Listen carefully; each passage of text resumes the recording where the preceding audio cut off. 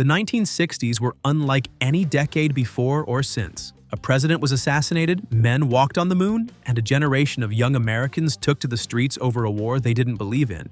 Through all of it, there was music, and not just any music. These were songs you couldn't hear without knowing exactly where you were standing in the world at the time. Here are the 12 songs you'll only understand if you grew up in 60s America. Number 12, Blowin' in the Wind by Bob Dylan. The answer is blowing in the wind. Bob Dylan first performed Blowin' in the Wind at Folk City in Greenwich Village in the spring of 1962 and introduced it by telling the audience it wasn't a protest song. He claimed to have written it in just 10 minutes. Whether that was entirely true or a piece of trademark Dylan myth-making, nobody could quite say. What was undeniable was what the song did once it got into the world. Dylan recorded it on July 9, 1962, and it appeared on his breakthrough album, The Freewheelin' Bob Dylan, in 1963. But the version that made it a national phenomenon wasn't his own. Peter, Paul, and Mary covered it, and their recording sold 300,000 copies in the first week of release. That was the version most of the country heard first, and it's the one that turned a folk song into something that felt like a statement of conscience. The song was a series of rhetorical questions about peace, war, and freedom. It didn't offer answers, and that ambiguity was a large part of its power. Civil rights activists marching in the South heard it one way. Vietnam War protesters heard it another. Mavis Staples, on watching a documentary about Dylan years later, expressed her astonishment that a young white man could have written something that captured the frustration and aspirations of Black Americans so precisely. Sam Cooke was similarly moved. So moved that hearing it helped inspire him to write, "A change is gonna come." The answer is blowing in the wind. On August 17, 1963, Peter, Paul, and Mary performed the song at the March on Washington, just before Martin Luther King Jr. delivered his "I Have a Dream" speech. Dylan himself performed there that day as well. In 1994, the song was inducted into the Grammy Hall of Fame. Rolling Stone ranked it number 14 on its list of the 500 greatest songs of all time. It was adapted from the melody of an old spiritual called No More Auction Block, which gave it a connection to a much longer history of struggle. Dylan would later win the Nobel Prize in Literature in 2016, and Blowin' in the Wind was one of the key works cited in that decision. The answer is blowing in the wind. Number 11, I Can't Get No Satisfaction by the Rolling Stones.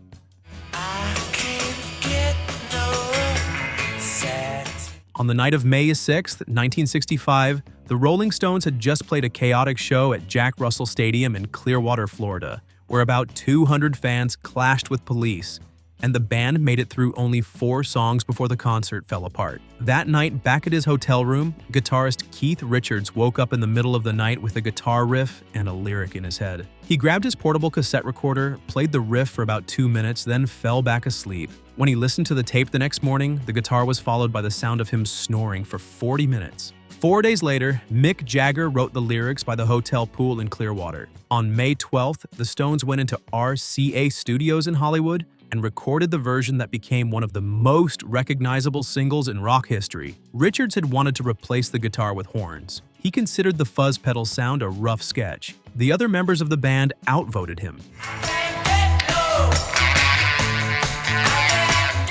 I Can't Get No Satisfaction was released in the United States on June 6, 1965. It entered the Billboard Hot 100 at number 67 and hit number 1 on July 10th, where it stayed for 4 weeks, giving the Stones their first American chart topper. In the UK, the song was initially played only on pirate radio stations. The BBC considered its lyrics too sexually suggestive. It reached number 1 there too on September the 15th, 1965. The song topped the charts in more than 24 countries. The success of the single's distinctive fuzz guitar tone had a measurable commercial effect. The entire available stock of the Gibson Maestro fuzz box sold out across the United States by the end of 1965. Rolling Stone magazine later ranked it number 2 on its list of the 500 greatest songs of all time. It remains the Rolling Stones' signature song more than 60 years after Richards recorded it half asleep. Number 10. Good Vibrations by the Beach Boys.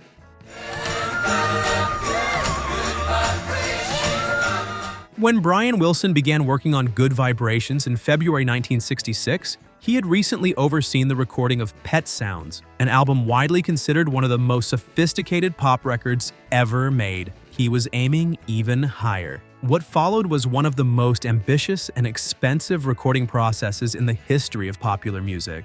Wilson approached the song not as a single piece, but as a collection of fragments he called feels, short musical sections that each captured a distinct mood. He recorded across 4 studios in Los Angeles over a period of 7 months, employing virtually every major session musician in the city at one point or another. By the time the song was finished, the team had used more than 90 hours of recording tape. The process generated 15 to 20 different versions before Wilson arrived at the final arrangement. The total cost of recording the track came to between $75,000 and $100,000, an extraordinary figure at a time when an entire album could be made for a fraction of that.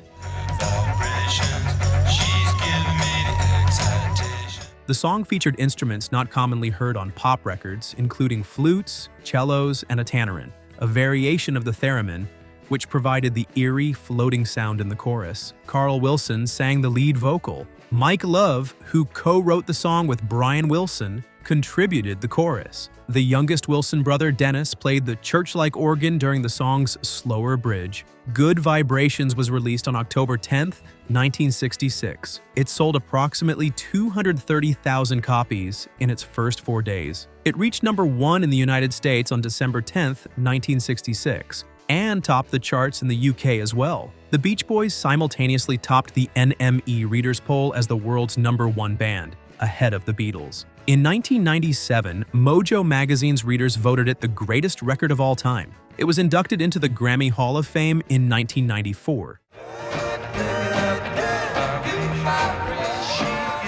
Number 9. The Times They Are a-Changin' by Bob Dylan.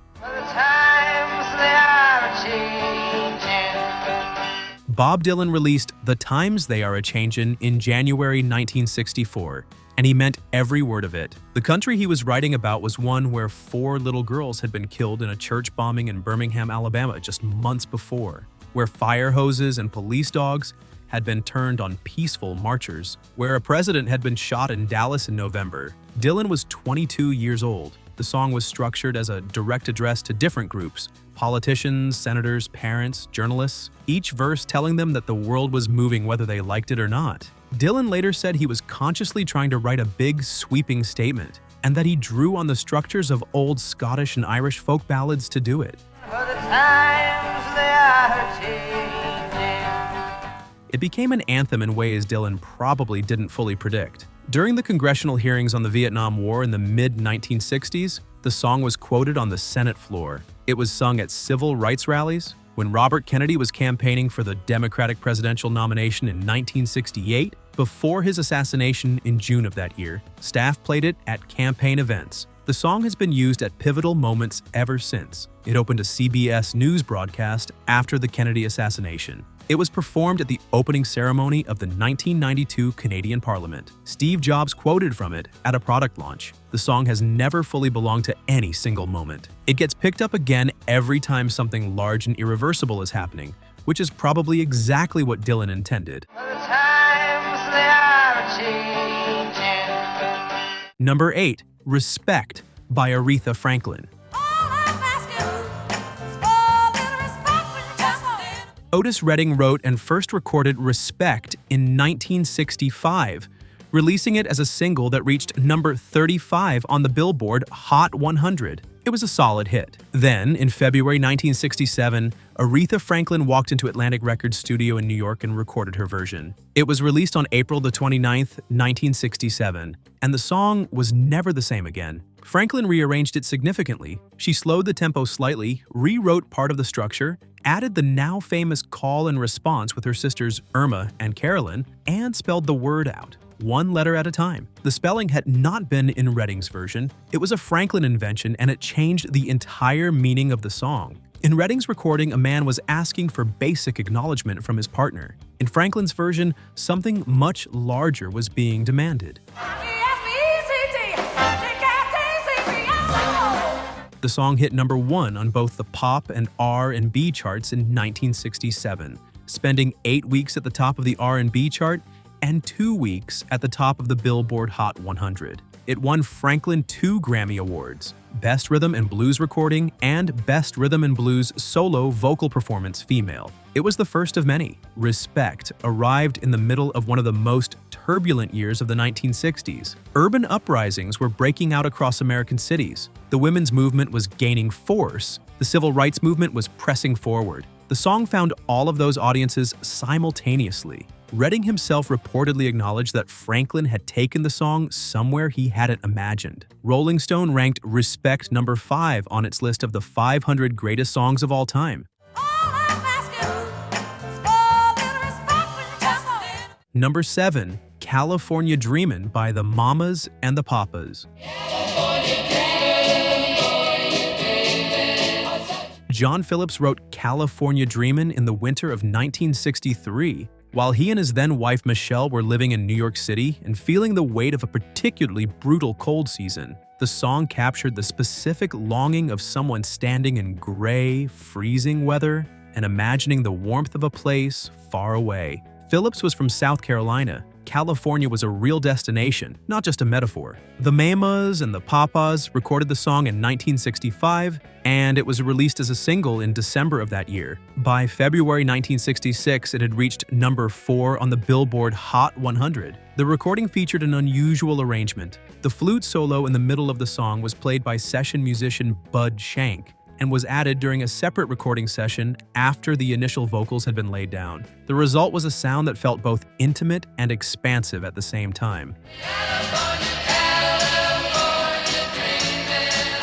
The group consisted of John Phillips, Michelle Phillips, Denny Doherty, and Cass Elliot. They had briefly been part of a folk group called the Journeymen before regrouping and moving to California, which gave California Dreamin' an additional layer of meaning. It was written in longing for a place they would eventually arrive at. The song became one of the defining sounds of mid-1960s America, of the folk rock movement, of westward migration, of the growing counterculture that was beginning to center itself in San Francisco and Los Angeles. It reached an entirely new generation when it was used in the 1994 film Chungking Express by Hong Kong director Wong Kar-wai. The song was inducted into the Grammy Hall of Fame in 2001. #6, What's Going On by Marvin Gaye. Marvin Gaye had been one of Motown's most consistent hitmakers throughout the 1960s. He had scored major hits with How Sweet It Is to Be Loved by You and I Heard It Through the Grapevine, and the label expected him to keep making polished, radio-ready recordings in that mold. He had something else in mind. In 1970, Four Tops member Ronaldo "Obi" Benson brought a song to the group, one he had written after witnessing police violence against anti-war protesters at a demonstration in Berkeley, California. The Four Tops passed on it.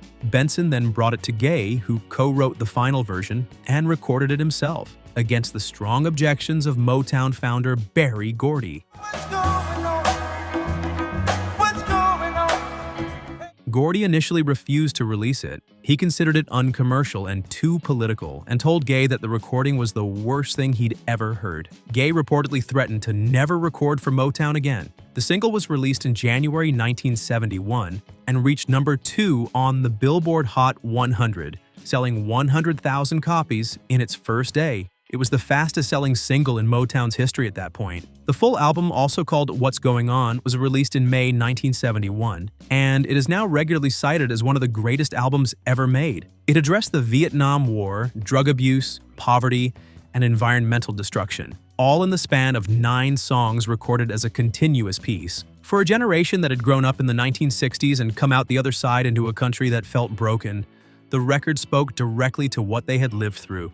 Rolling Stone ranked What's Going on the greatest album of all time in its 2020 updated list. #5, Eve of Destruction by Barry Maguire. Barry Maguire recorded Eve of Destruction in a single take in July 1965, reading the lyrics off a crumpled piece of paper written by songwriter P.F. Sloan. McGuire's voice was so raw and worn that night that the producer, Lou Adler, considered redoing it. They decided the roughness was exactly right for the song. It was released as a single in August 1965 and reached #1 on the Billboard Hot 100 by September, the first protest song to reach the top of the American pop chart. Radio stations in the United States, the United Kingdom, and Australia banned it outright. The BBC refused to play it. The U.S. Armed Forces Radio banned it on the grounds that it was bad for troop morale. Counterculture critics on the right called it un-American. Even some on the left found it too bleak, too despairing. Tell me over and over and over again. The song rattled off the state of the world in 1965. The nuclear standoff, the wars in Asia, the violence against civil rights workers in the American South, the hypocrisy of a society that sent 18-year-olds to fight and die but wouldn't let them vote. It was not subtle, and it wasn't trying to be. A direct answer record was released almost immediately, The Dawn of Correction by the Spokesman, which argued that the world was actually improving. It reached number 36 on the charts. Eve of Destruction was still at #1. The song remains one of the most striking documents of mid-1960s American anxiety, a snapshot of a moment when a lot of young Americans were genuinely unsure whether the country or the world was going to hold together. We're on the eve of destruction. Number 4, People Got to Be Free by the Rascals. People everywhere just got to be free. The Rascals released People Got to Be Free in July 1968, one of the bloodiest and most disorienting months in modern American history. Martin Luther King Jr. had been assassinated in April. Robert Kennedy had been shot and killed in June, the night he won the California Democratic primary. Cities across the country had erupted in violence. The Democratic National Convention in Chicago, still 2 months away, would bring further chaos. The song was written by Rascals members Felix Cavaliere and Eddie Brigati after they had witnessed the aftermath of race riots firsthand and were deeply shaken by the assassinations. It was a deliberate departure from the blue-eyed soul the group had made their name with. No clever romantic tension, no dance floor energy, just a direct, earnest appeal. People everywhere just wanna be free. Wanna be free. It reached #1 on the Billboard Hot 100 on August 3, 1968, and stayed there for 5 weeks. It was one of the fastest-selling singles of the year. The Rascals had been one of the most commercially reliable groups in the United States through the mid-1960s, and their decision to use that platform to address the political moment directly was not without commercial risk. The group followed the song's release with a personal commitment. They refused to perform at any venue that didn't allow a racially integrated audience and insisted that at least one black artist be on the bill at every show they headlined. That policy cost them bookings in parts of the American South. They kept it anyway. The song spent a long time at the top of the charts, and there was probably not a week of its chart run that the country didn't badly need it. People everywhere just got to be free. Number 3, For What It's Worth by Buffalo Springfield. Stop, children, what's that sound? Everybody look what's going. Buffalo Springfield recorded For What It's Worth in December 1966, and it was in stores by January 1967. Stephen Stills wrote it in about 15 minutes, he later claimed, after witnessing what became known as the Sunset Strip riots, a series of confrontations between police and young people in Los Angeles that began in November 1966. The immediate cause was the threatened closure of a popular night spot called Pandora's Box, and the enforcement of a strict 10 p.m. curfew on a stretch of the Sunset Strip that had become a gathering point for the city's counterculture. Thousands of young people showed up to protest. Police moved in. The confrontations were dramatic enough that they made national news and caught the attention of lawmakers in California. Got to stop, children, what's that sound? Everybody look what's going. The song became something considerably larger than its origins. As the Vietnam War escalated through 1967 and 1968, For What It's Worth began to be used at anti-war demonstrations, at civil rights gatherings, in television news segments about campus unrest. Its images of people carrying signs and drawing lines, rendered in Stills' careful, almost conversational delivery, fit almost any moment of civic tension in the late 1960s. It peaked at number 7 on the Billboard Hot 100, March 1967. The record was released under the catalog number ATCO 45-6459. It remained in rotation on American radio throughout the rest of the decade, and has been used so widely since then in films, documentaries, news broadcasts, and political campaigns that it has become the de facto soundtrack for American unrest. Rolling Stone ranked it number 63 on its list of the 500 greatest songs of all time. Stop, children, what's that sound? Everybody look what's going. Number 2, The House of the Rising Sun by the Animals.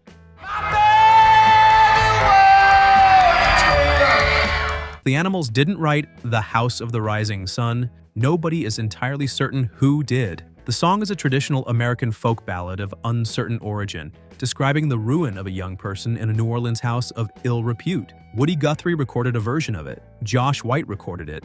Dave Van Ronk had a well-known arrangement of it in the early 1960s. And it was Van Ronk's version that Bob Dylan learned and recorded himself in 1962. Dylan's recording made its way to England, where a young group from Newcastle heard it. The Animals recorded their version on May 18, 1964, in a single session, in one take, in about 15 minutes. Keyboard player Alan Price's arrangement was the backbone of it. Eric Burdon sang it. It was released on June 5, 1964 in the UK and on September 7, 1964 in the United States, where it hit number 1 on the Billboard Hot 100 and stayed there for 3 weeks. In the house of the rising sun.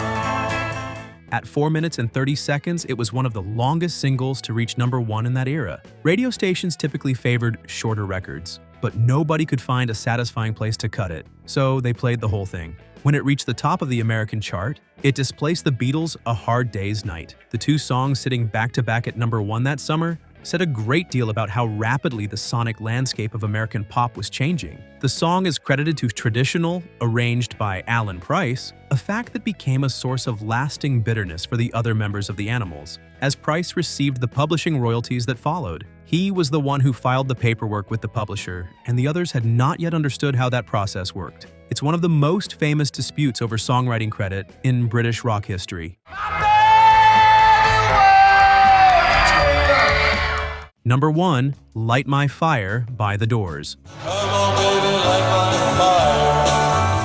The Doors released Light My Fire as a single on April 24, 1967, edited down from its full album length of 7 minutes to a more radio-friendly version of just under 3 minutes. It reached number 1 on the Billboard Hot 100 on July 29, 1967, and stayed there for 3 weeks. It was the peak of the Summer of Love. Robbie Krieger wrote the song. He had been encouraged by Jim Morrison to write something about one of the 4 elements, earth, fire, water, or air, and came in the next day with most of Light My Fire worked out. The group developed the arrangement together, and keyboard player Ray Manzarek's organ introduction became one of the most recognizable openings in rock history.